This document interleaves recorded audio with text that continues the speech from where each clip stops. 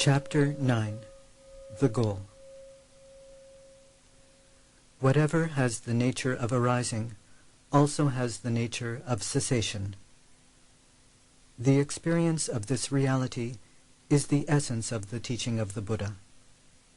Mind and body are merely a bundle of processes that are constantly arising and passing away. Our suffering arises when we develop attachment to the processes, to what is in fact ephemeral and insubstantial. If we can realize directly the impermanent nature of these processes, our attachment to them passes away. This is the task that meditators undertake: to understand their own transient natures by observing the ever-changing sensations within. Whenever a sensation occurs, they do not react, but allow it to arise and to pass away. By doing so, they allow the old conditioning of the mind to come to the surface and pass away. When conditioning and attachment cease, suffering ceases, and we experience liberation. It is a long task, requiring continual application. Benefits appear at every step along the way, but to attain them requires repeated effort. Only by working patiently, persistently, and continuously can the meditator advance toward the goal. There are 3 stages in one's progress on the path. The first is simply learning about the technique, how it is done and why. The second is putting it into practice. The third is penetration, using the technique in order to pierce to the depths of one's reality, and thereby to progress toward the final goal. The Buddha did not deny the existence of the apparent world of shapes and forms, of colors, tastes, and smells, of pains and pleasures, of thoughts and emotions, of beings, oneself and others. He stated merely that this is not the ultimate reality. With ordinary vision, we perceive only the large-scale patterns into which more subtle phenomena organize themselves. Seeing only the patterns and not the underlying components, we are aware primarily of their differences, and therefore we draw distinctions, assign labels, form preferences and prejudices, and commence liking and disliking, the process that develops into craving and aversion. In order to emerge from the habit of craving and aversion, it is necessary not only to have an overall vision, but to see things in depth, to perceive the underlying phenomena that compose apparent reality. This is precisely what the practice of vipassana meditation allows us to do. Any self-examination naturally begins with the most obvious aspects of ourselves: the different parts of the body, the various limbs and organs. Closer inspection will reveal that some parts of the body are solid, others are liquid, others are in motion or at rest. Perhaps we perceive the bodily temperature as distinct from the temperature of the surrounding atmosphere. All these observations may help to develop greater self-awareness, but they are still the result of examining apparent reality in a composed shape or form. Therefore, distinctions persist, preferences and prejudices, craving and aversion. As meditators, we go further by practicing awareness of sensations within. These certainly reveal a subtler reality of which we were previously ignorant. At first, we are aware of different types of sensations in different parts of the body, sensations that seem to arise, to remain for some time, and eventually to pass away. Although we have advanced beyond the superficial level, we are still observing the integrated patterns of apparent reality. For this reason, we are not yet free from discriminations, from craving and aversion. If we continue practicing diligently, sooner or later we arrive at a stage where the nature of the sensations changes. Now we are aware of a uniform type of subtle sensations throughout the body, arising and passing away with great rapidity. We have penetrated beyond the integrated patterns to perceive the underlying phenomena of which they are composed, the subatomic particles of which all matter is constituted. We experience directly the ephemeral nature of these particles, continually arising and vanishing. Now, whatever we observe within, whether blood or bone, solid, liquid, or gaseous, whether ugly or beautiful, we perceive only as a mass of vibrations that cannot be differentiated. At last, the process of drawing distinctions and assigning labels ceases. We have experienced within the framework of our own bodies the ultimate truth about matter, that it is constantly in flux, arising and passing away. Similarly, the apparent reality of mental processes may be penetrated to a subtler level. For example, a moment of liking or disliking occurs based on one's past conditioning. Next moment, the mind repeats the reaction of liking or disliking and reinforces it moment after moment until it develops into craving or aversion. We are aware only of the intensified reaction. With this superficial perception, we begin to identify and discriminate between pleasant and unpleasant, good and bad, wanted and unwanted. But just as in the case of apparent material reality, so with intensified emotion. When we start to observe it by observing sensations within, it is bound to dissolve. As matter is nothing but subtle wavelets of subatomic particles, so strong emotion is merely the consolidated form of momentary likings and dislikings, momentary reactions to sensations. Once strong emotion dissolves into its subtler form, it no longer has any power to overwhelm.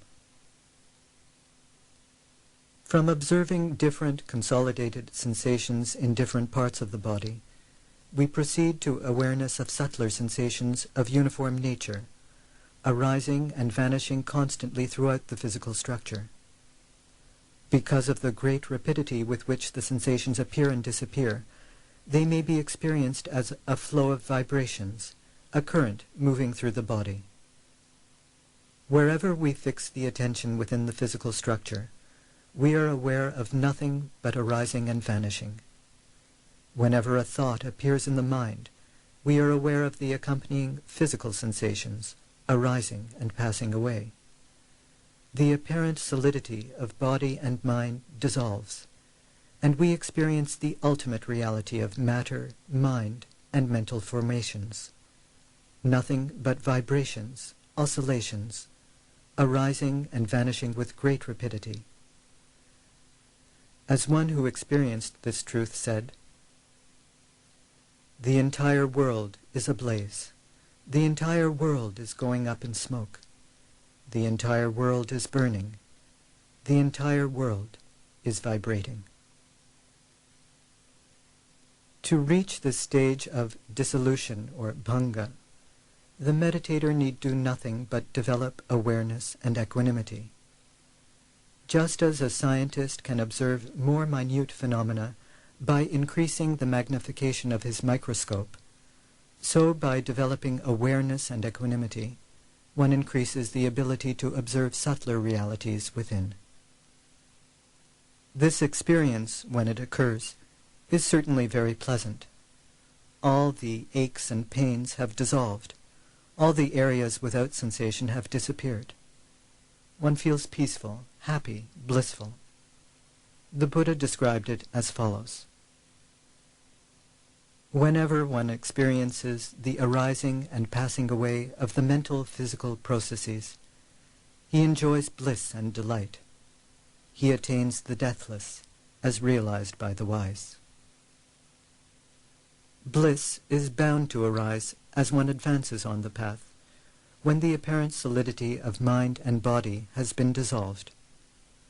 Delighting in the pleasant situation, we may think that it is the final goal. but it is only a way station.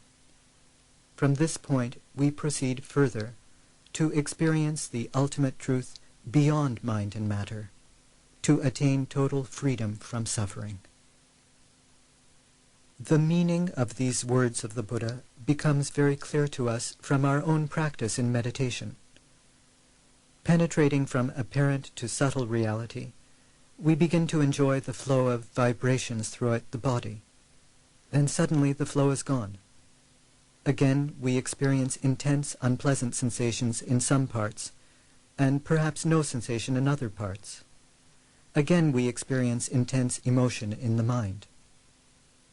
If we start feeling aversion toward this new situation and craving for the flow to return, we have not understood vipassana. We have turned it into a game in which the goal is to achieve pleasant experiences and to avoid or overcome unpleasant ones. This is the same game that we have played throughout life, the unending round of push and pull, of attraction and repulsion, which leads to nothing but misery.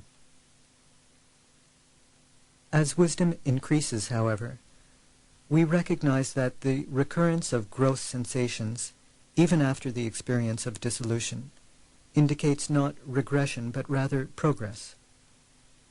We practice vipassana not with the aim of experiencing any particular kind of sensation, but in order to free the mind of all conditioning.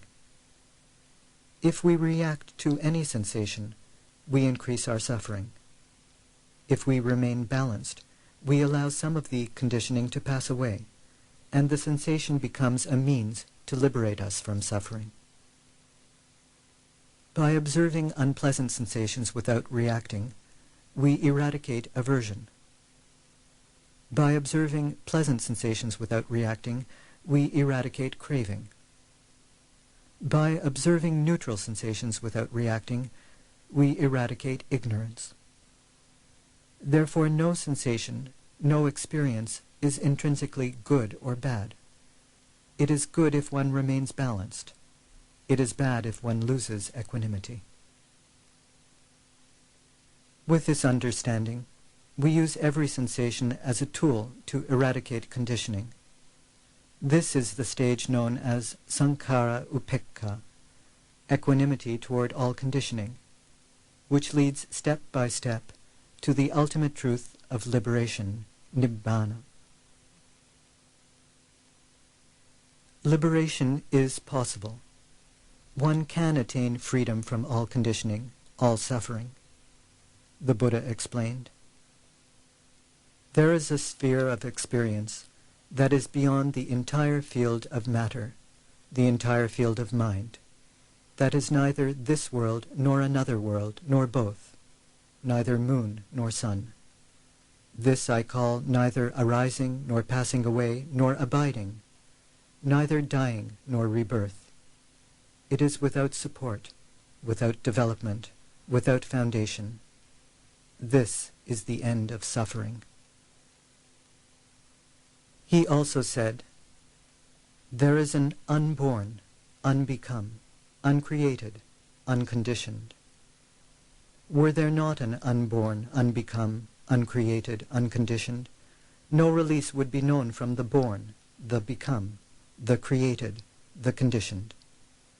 But since there is an unborn, unbecome, uncreated, unconditioned, therefore a release is known from the born, the become, the created, the conditioned. Nibbana is not just a state one goes to after death. It is something to be experienced within oneself here and now. It is described in negative terms, not because it is a negative experience, but because we have no other way in which to describe it. Every language has words to deal with the entire range of physical and mental phenomena, but there are no words or concepts to describe something that is beyond mind and matter. It defies all categories, all distinctions. We can describe it only by saying what it is not. In fact, it is meaningless to try to describe Nibbana. Any description will only be confusing. Rather than discussing and arguing about it, the important thing is to experience it. This noble truth of the cessation of suffering must be realized for oneself, the Buddha said.